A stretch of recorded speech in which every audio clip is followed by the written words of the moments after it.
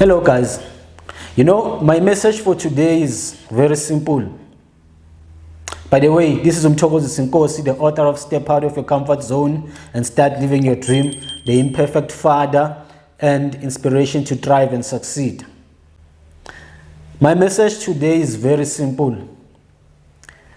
You can become unstoppable if you want to. And you may ask now, how do I become unstoppable? How do I do that, Mtho, when I have nothing? You become unstoppable by believing in yourself and believing that you are capable of achieving any goal or any dream anyone has achieved out there.